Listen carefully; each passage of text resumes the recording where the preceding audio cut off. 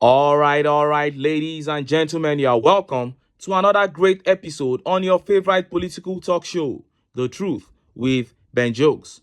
Now, during the campaigns last year, some supporters of TINUBU said TINUBU's greatest area of strength was his ability to choose the right men for the job, that he knows how to put round pegs in round holes. But sentiments aside, his appointments have not shown that. After just 3 months of appointing ministers, they began to make the news for the wrong reasons.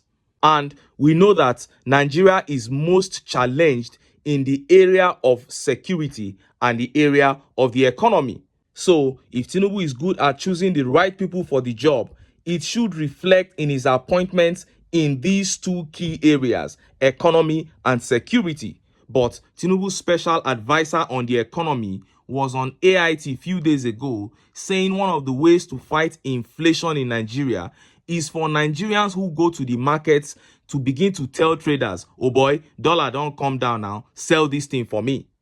That Nigerians should begin to harass traders. That was the counsel that a special advisor on the economy gave on how to fight inflation.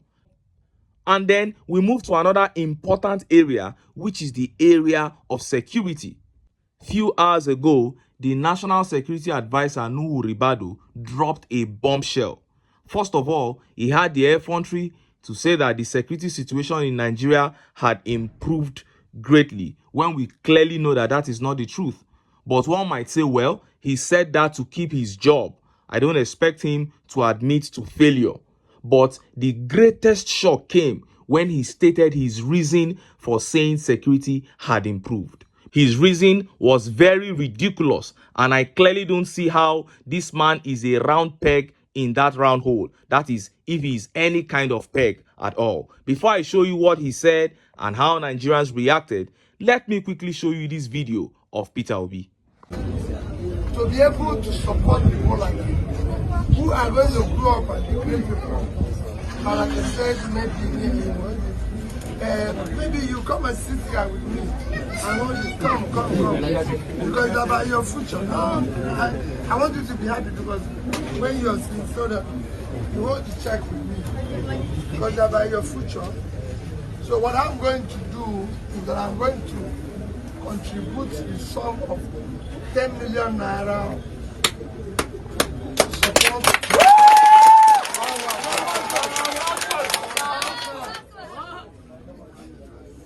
So that's what we're going to do, because we want these children to grow up and be great people, you know, for their effort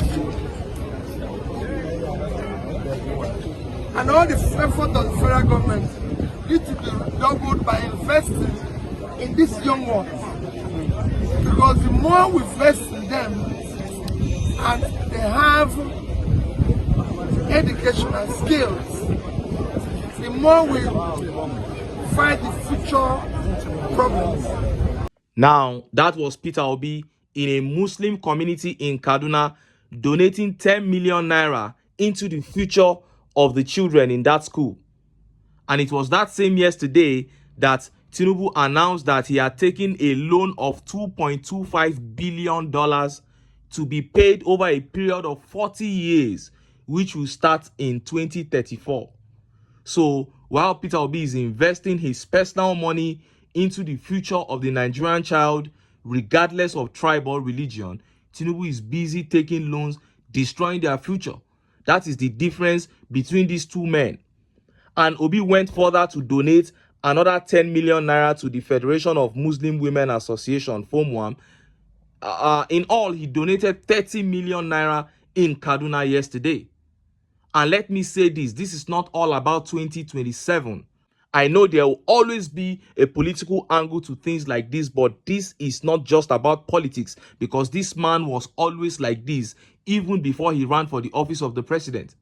Now, I know that these gestures have greatly expanded Obi's northern fan base, but elections apart, this man is trying to show the average Nigerian that we are all human beings and everyone deserves love and respect. Because if you look at the way the political class treats the people, it is with disdain. So he's trying to show the people that you also deserve love. You also have dignity that should be protected so that you can get up and fight for yourself. There was nobody who saw this video yesterday and the other ones that was not moved.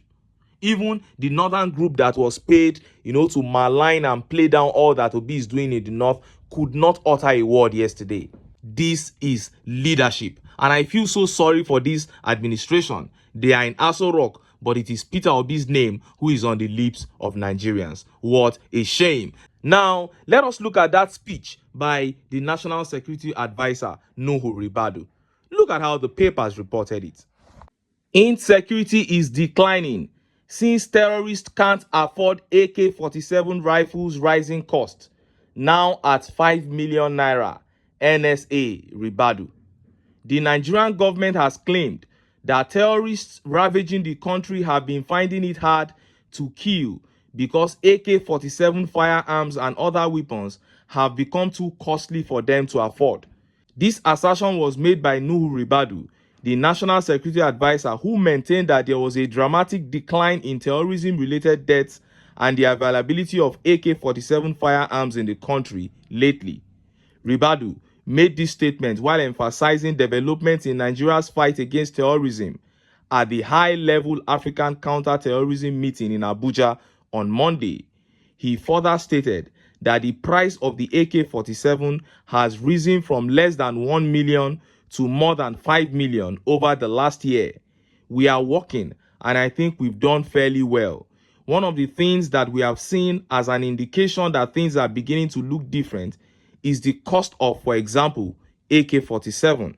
He added, last year, it used to be less than 1 million. In fact, it was going down to less than 500,000 naira. Now, it is 5 million naira, which means it is not available.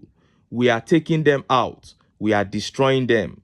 A lot of difference is taking place in Nigeria. That is why I can assure you that in the last 1 year, we have reduced deaths as a result of violent crimes and the use of arms by over 90%. On average, we used to record 2,600 or so a month. Now we do have less than 200. It is an indication that we are getting results for the work done. A lot of people don't really see, but behind, a lot is ongoing. We salute our armed forces and security forces. Our governors are doing extremely well. Now, he said they have reduced death as a result of terrorism from the 2,600 persons per month it was last year to 200 persons per month this year. That's a blatant lie.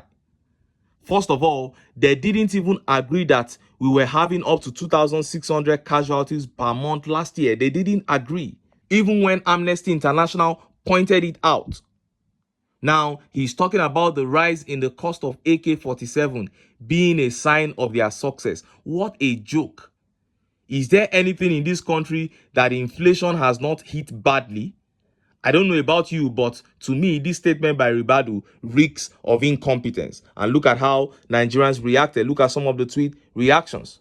This tweet here by Olamilekan says, this guy is too dumb to be an NSA. But then, who is the president? Oh, and Zoba here says, the ransom money is rising and insecurity is getting worse. That is the reality. But he's trying to sell another script to Nigerians. And Money here says, this one is one of their so-called intelligent leaders. So it is because of the cost of AK-47 rifles and not because of concerted effort by government and relevant security agencies to stem the insecurity in the land. Aboki, I hear you. TINUBU has eyes for talent. This is one of them. Yes, they kept coming at Nigerians with TINUBU knows how to put round pegs in round holes. Now, this is a man he has put in charge of security, and he's saying that a rise in the cost of AK-47 is a proof of their success. What a shame. And Henry Olanikpekun here says, I'm disappointed hearing my respected Ribadu saying this.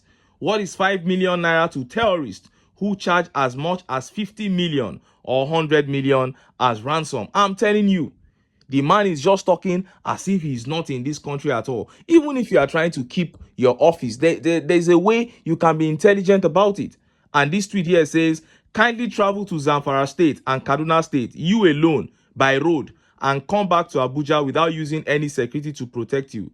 Nigerians want to confirm what you said, Mr. Ribadu. That is it. Try traveling like that and see what will happen.